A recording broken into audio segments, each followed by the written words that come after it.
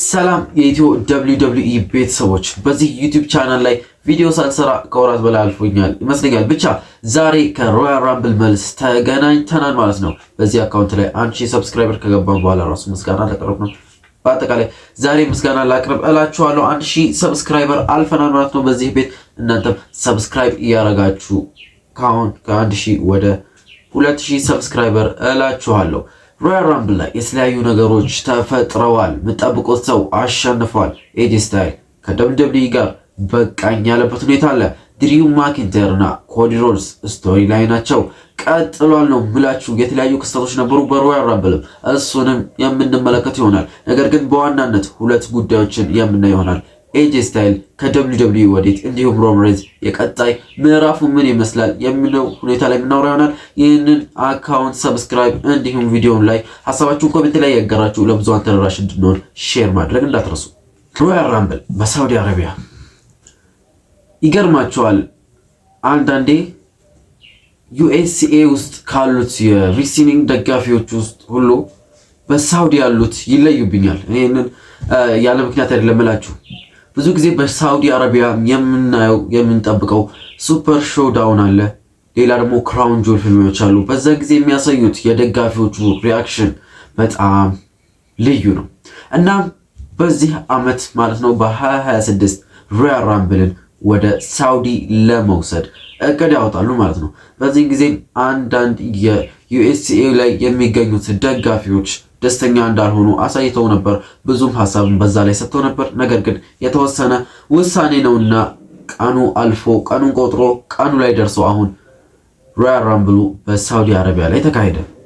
ከተመለከታችሁ በፊልሚያው መጀመሪያ አካባቢ ላይ የሴቶች ሮያል ራምብልን በመጡበት ሰዓት አብዛኛው በሚባል ደረጃ ስቴዲየሙ የሬስሊንጉ የሮያል ራምብል ፊልም የሚደረግበት መድረኮቹ በአጠቃላይ ባዶ ነበሩ ማለት ይቻላል በደጋፊ በተወሰነ ክፍል ላይ ብቻ ነው ደጋፊው ቁጭ ብሎ ሲመለከት የነበረው። ይህም ለደጋፊው ሮያል ራምብል ላይ የመጣበት ሁኔታ የዚህ የደብሊው ጥያቄ ምልክት ውስጥ የሚከት ሆኖ አልፎ ነበር። ነገር ግን ከዛም በመቀጠል ድሪው ማኪንታየር፣ ሳሚ ዜይን የወንዶቹ እየቀረበ መጣ ቁጥር እንዳያችሁት ደጋፊው የስቴዲየሙን እየሞላ መጥቷል።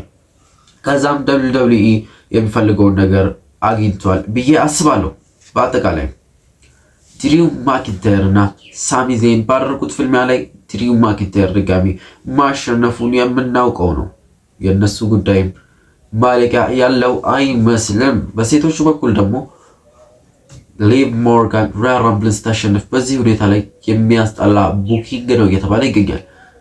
ይህንን ሮያል ራምብል አዲስ ሪተርን ያደርጉ ተፋላሚዎች እንዲሁም ሌላ ወደ ላይ ፑሽ መደረግ የሚፈልጉ ተፋላሚዎች ይህንን ሮያል ራምብል ማሸነፍ ነበረባቸው። ነገር ግን ድጋሚ መልሰው ለሊቭ ሞርጋን የሰጧል። በዚህም ደብሊው ጥያቄ ምልክት ውስጥ ገብቷል። የቀጣይ እርምጃ ምን ይሆን? ሀሳባችሁን ኮሜንት ላይ ታጋሩኛላችሁ። ኤጂ ስታይል ደብሊው ጋር በቃኝ ብሏል። ኤጂ ስታይል ከጉተር ጋር ባደረገው ፍልሚያ ጉተር ኒክኔም ሁላ ወጥቶለታል። ምን የሚል ይገርማቸዋል? ኬሪየር ኪለር ብሎታል ማለት ነው። ጉተር የጆን ሲናን የጎልድበርግን ድጋሚ የኤጂ ስታይል በደብሊው ያለውን ቆይታ ያበቃበት ምሽት ሆኖ ስላለፈ ነው ብላችሁ ኤጂ ስታይልም ጓንቱን በማውለቅ ደጋፊው ፊት ለፊት ከደብሊው ጋር ያለኝ ቆይታ ይበቃኛል ብሎ አጠቃላይ ኬሪየሩን ጨርሶ እዛው ጋር ልክ እንደ ጆን ሲና እንደ አንደርቴከር ሁሉ ፈጽሞ ሊሄድ ነበር። ነገር ግን ደጋፊው ይህንን አልተቀበለም። ኖ እያሉ በከፍተኛ ድምፅ እንዳያደርገው ይነግሩታል። ነገር ግን ኤጂ ስታይል የነሱን ድምፅ ሰምቶ ጓንቱን አስቀምጦ ሊሄድ አልቻለም። ለነሱ ያለውን ክብር አሳይቶ እነሱም ለሱ ያላቸውን ክብር አሳይተው ተከባብረው ነው ሪንጉን ጥሎ የወጣው። ኤጂ ስታይል በአሁኑ ሰዓት ወደ ኤኢደብሊው ወይም ወደ ኤንጄፒደብሊው ያመራል እያሉ ይገኛሉ መረጃዎቻችን። ነገር ግን በይበልጥ ወደ ቲኤንኤ ተመልሶ ይህንን 2026 ዓመት እስከ ማብቂያው ተፋልሞ እዛው በጀመረበት ሪታየር ያደርጋል የሚሉ ሀሳቦች በሰፊው እየተነሱ ይገኛሉ። ብቻ ኤጂ ስታይል ከደብሊው ጋር ያለውን ቆይታ አብቅቷል። ኤጂ ስታይል ያላችሁን ሀሳብ ኮሜንት ላይ እያጋራችሁን ወደ ቀጣዩ መረጃ ላሳልፋችሁ። ሁላችሁም የምትጠብቁት ነው። ሮመን ሬንስ ለምን ሮያል ራምብልን ሊያሸንፍ ቻለ? ይህ የትሪፕል ኤች ደካማ ቡኪንግ ነው ወይንስ ሌላ ከጀርባው ሚስጥር አለ የሚል ነው።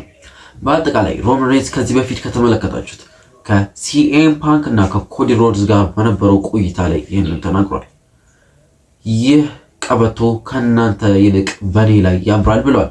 ይህንንም ሀሳቡን ለማሳካት ይመስላል ሮያል ራምብልን ማሸነፍ ግዴታ የሆነበት። በአጠቃላይ ሮመን ሬንስ ከሮያል ራምብል በፊት ይህንን ተናግሮ ነበር። እኔ አሁን እንደ 40 ዓመት ሰው ነኝ፣ ነገር ግን እኔ ፊልም ማድረገው የሚሰማኝ እንደ 25 ዓመት ወጣት እንደሆነ ተናግሯል። ስለዚህ ይህ የኔ ስራ ነው፣ በከፍተኛ ሁኔታ እፈጽመዋለሁ ሲል የሮያል ራምብልን እንደሚያሸንፍ ጠቋሚ ነበር። በሌላ መልኩ ቅድም የተናገረውን አያይዛችሁ ካያችሁ ሮመን ሬንስ የ26ን ሮያል ራምብል ያሸንፋል የሚል ድምዳሜ ላይ ልደርሱ ትችላላችሁ። ነገር ግን ሮመን ሬንስ በማሸነፉ እንደተደሰቱት ሁሉ በማሸነፉ ደግሞ ትችት ያቀረቡ ብዙዎች አሉ። ከዛ ውስጥ መካከል የሮመን ሬንስን የተደጋገመ ቡኪንግ ልንመለከት ነው ይላሉ። ልንመለከት ነው የተደጋገመ። ከዚህ በፊት የተለያዩ ራስልሜኒያዎች ላይ ከኮዲ ሮድስ ጋር የተደጋገመ የታይትል ፍልሚያዎችን እንደተመለከትን ሁላችንም የምናስታውሰው ነው። ድጋሚ አሁን ሮመን ሬንስ ማሸነፉና ራስልሜኒያ ላይ ሮመን ሬንስ ድጋሚ መመልከት የታይትል ፍልሚያዎችን ሲያደርግ የተደጋገመ አይነት ቡኪንግ፣ አንድ አይነት መልክ ያለው ፓዝዌ ያለው ስቶሪ ላይን ሊያስመለከተን ነው የሚሉ ጥያቄዎች ነበሩ ሮመን ሬንስ ላይ የተነሱት። ብቻ ሮመን ሬንስ የ26ን ሮያል ራምብል በማሸነፍ ቀጥታ አሁን ወደ ምርጫ የሚገባበት ወቅት ላይ ደርሷል። እናንተ ማንም ቢመርጥ የተሻለ ነው ትላላችሁ? ሀሳባችሁን ኮሜንት ላይ ያጋራችሁ። እንደኔ ያለኝን ሀሳብ ላጋራችሁ። ሮመን ሬንስ በዚህ ሰዓት ላይ አንድና አንድ ሲኤም ፓንክን የመምረጥ እድሉ በጣም ሰፊ ነው። ይህንን ለምን ብትሉኝ ኮዲ ሮድስን ያሸነፈው ድሪው ማኪንታየር ከሳሚ ዜን ከኮዲ ሮድስ እንዲሁም ከጃኮብ ፋቱ ጋር ያንን ታይትል ለማሸነፍ ትልቅ ውጥረት ውስጥ ገብተዋል። ሮመን ሬንስ አሁን በቀረው የWWE ኬሪየር ጉዞ ላይ የተወሰኑ ጊዜያቶች ብቻ ነው ያሉት።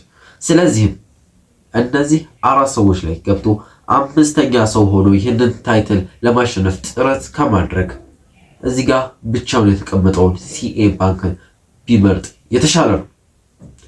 በሌላ መልኩ ደግሞ ሮመን ሬንስ ያንን አንዲስፒዩትድ ዩኒቨርሳል ሻምፒዮን ለ1316 ቀናት በላይ ይዞ ቆይቷል። ስለዚህም ይህንን የወርልድ ታይትል አንድ ጊዜ ማሸነፍ አልቻለም። ስለዚህ ይህንን በታሪክ ውስጥ አንድ ጊዜ የወርልድ ታይትሉን አሸንፏል የሚል ነገር ማስመዝገብ ይኖርበታል ብዬ አስባለሁ። በሮያል ራምብል 2026 ይህንን የመሰለ መጠናቀቂያ ሁኔታ ነበረው ነው ምላችሁ። ሮመን ሬንስ አሸንፏል። ሮመን ሬንስ ቀጣይ ምዕራፉ ከሲኤም ፓንክ ጋር ወይንም ከድሪው ማኪንታየር ጋር። በቀጣይ በሌላ መረጃዎች እስከምንገናኝ